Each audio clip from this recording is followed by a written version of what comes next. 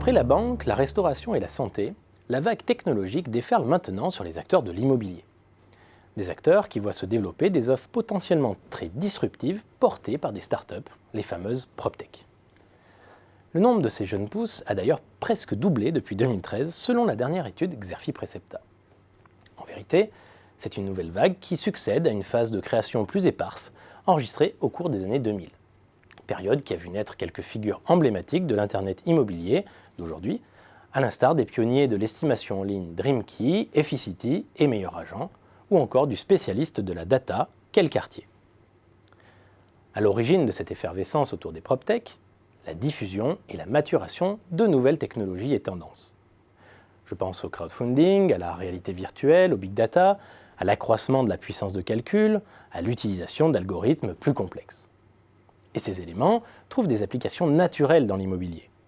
Citons la numérisation 3D, les outils d'aide à la transaction, la valorisation des bureaux inoccupés via des plateformes d'intermédiation, les outils de suivi de chantier ou encore les bases de données immobilières. Au-delà de l'apport de la technologie, le succès de certaines PropTech tient également aux acteurs traditionnels eux-mêmes. En effet, le marché immobilier se caractérise encore par un certain conservatisme dans les pratiques et les business models. Il y a donc de la place sur le marché pour des positionnements innovants, à condition bien sûr de rentabiliser les modèles. Selon l'étude Xerfi Precepta, l'offre des PropTech vient d'abord enrichir celle des acteurs traditionnels, foncières, agences immobilières, constructeurs ou encore administrateurs de biens. Les spécialistes de la photo ou du home staging, comme Miro, WeFlash ou Rinov, complètent ainsi utilement l'offre des agences. Quant à Chouette CoPro ou Meilleur CoPro, tous deux proposent des solutions aux syndics pour accroître leur efficacité opérationnelle.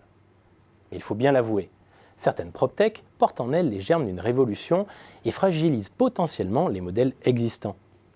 HomeLoop apparaît sans doute comme l'exemple le plus impressionnant. Il reprend en réalité le principe de l'américain Opendoor qui achète directement, en quelques jours, un bien immobilier à partir d'un questionnaire et d'une visite. Vous l'aurez compris, le modèle d'HomeLoop constitue une rupture forte sur le marché de l'achat-vente de logements compte tenu de la simplification à l'extrême du processus immobilier. Et cet acteur disruptif est loin d'être le seul, comme le montre l'étude Xerfi Precepta. Reste alors aux acteurs traditionnels à défendre leur position. Des partenariats aux prises de participation, en passant par les investissements en interne, différentes pistes doivent être ainsi explorées pour ne pas laisser le champ libre aux PropTech.